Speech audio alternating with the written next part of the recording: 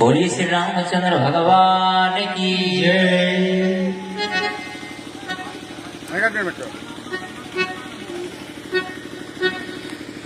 और हमारे बीच में महिला देवी भी आप हमारे बीच उपस्थित है। मैं चाहूंगा आप भी मंच के पास आए, व्यास जी को माला अर्पण करके आशीर्वाद प्राप्त करेंगे। बात होती है जब ऐसा बोलिए अयोध्या धाम की बहुत बड़ा जय। पुण्य उदय होता है, ऐसा आयोजन गांव सभा के अंदर होता है। आज श्री माताएं बहनें मंच पे पहुंच करके रामचंद्र की जय।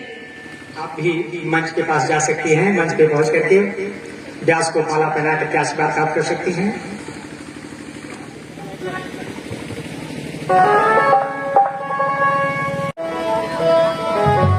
रामचंद्र भगवान की जय। प्रपद्ये लोकाभिरामं रणरङ्गधीरं राजीवनेत्रं रघुवंशनाथं कारुण्यरूपं करुणाकरन्तं श्रीरामचन्द्रं शरणं प्रपद्ये श्रीरामचन्द्रं शरणं प्रपद्ये कर्पूरगौरं करुणावतारं संसारसारं भुजगेन्द्रहारं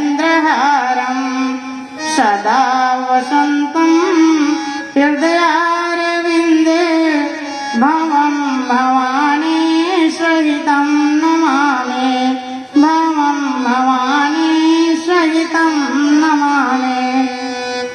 सर्वमंगल मांगल्ये शिवे सर्वार्थ साधके शरण्ये त्र्यंबके गौरी नारायणी नमस्तुते।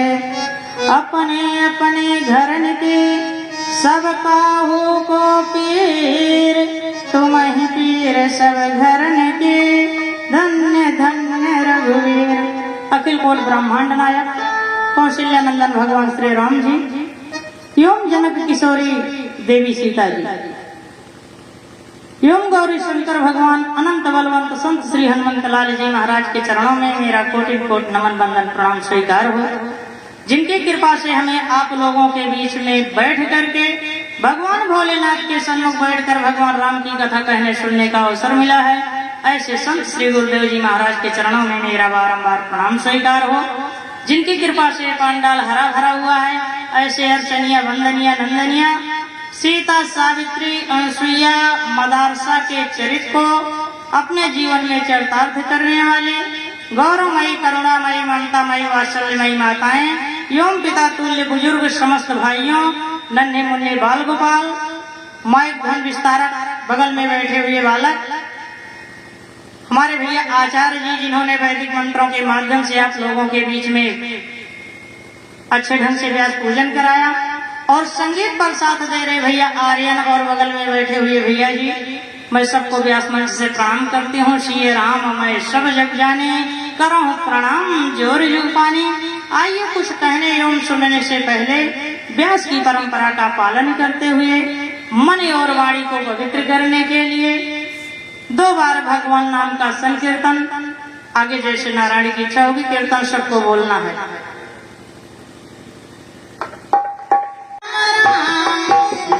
राम राम राम राजा राम राम राम सीता राम राम राम राजा राम राम राम सीता राम राम राम राम राधे श्याम श्याम श्याम सीता राम राम राम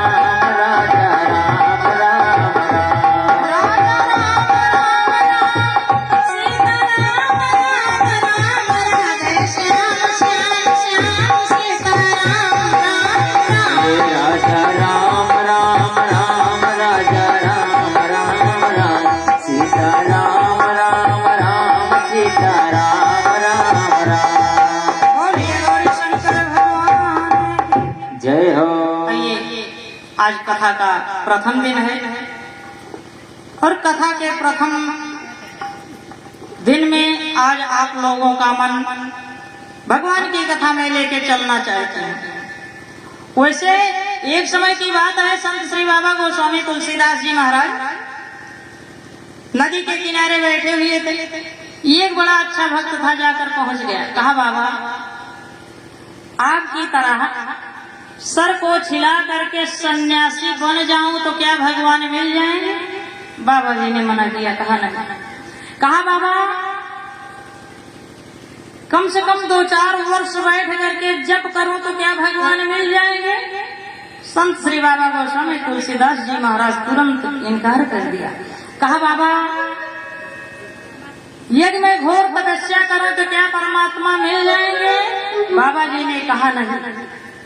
भक्त ने पूछा बाबा तब कैसे भगवान मिलेंगे? भगवान के मिलने का मार्ग बताओ। तो संत श्री बाबा गोस्वामी तुलसीदास जी महाराज रामचरितमानस की चौपाई में बड़े अच्छे ढंग से बड़ा सुंदर प्रमाण दिया है कि मेरे प्यारे भक्तों ये परमात्मा को पाना हो तो ये काम करना होगा। वो कौन सा काम है कि मिलहि न रघुपति बिन अनुरागा, ये जोग जप ध्यान विरागा।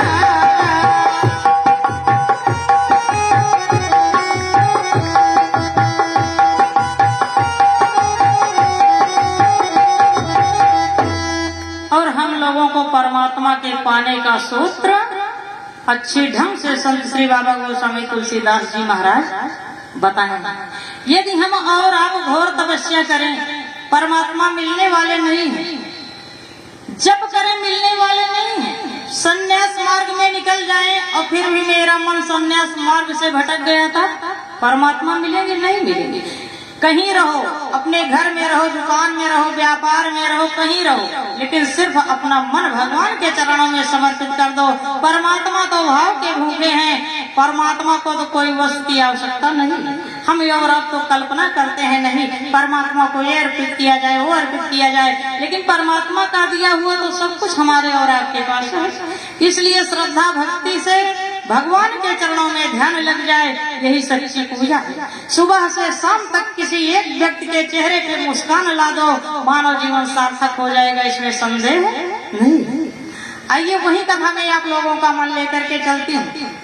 जैसे एक समय की बात है, त्रेता युग की बात है, भगवान भोलेनाथ कैलाश पर्वत पर बैठे हुए, कैलाश पर्वत पर बैठे हुए भगवान भोलेनाथ के मन में ये भावना जागृत हुई, काश अपने इष्ट देव भगवान श्री राम जी की कथा किसी संत के मुखारबिंद से सुनने को मिल जाए तो बड़े सौभाग्य की बात। लेकिन संत मिलेंगे कहाँ?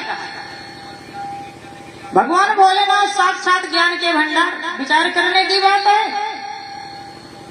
लेकिन संत की तलाश में क्यों है कि संत के मुख से कथा सुनने को मिल जाए, और परमात्मा की ऐसी कृपा बनी कि तुरंत ध्यान आ गया कि संत महोदय तो जंगल में बैठे हैं मुझे कथा सुनाने के लिए, जाने की देर है।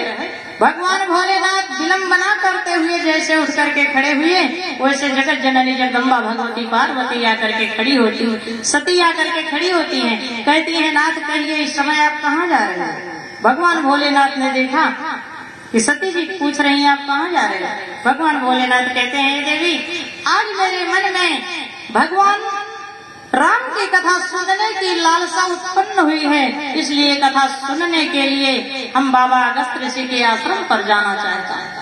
भगवती सती कहती है नाथ हमें भी आपके साथ चलना है।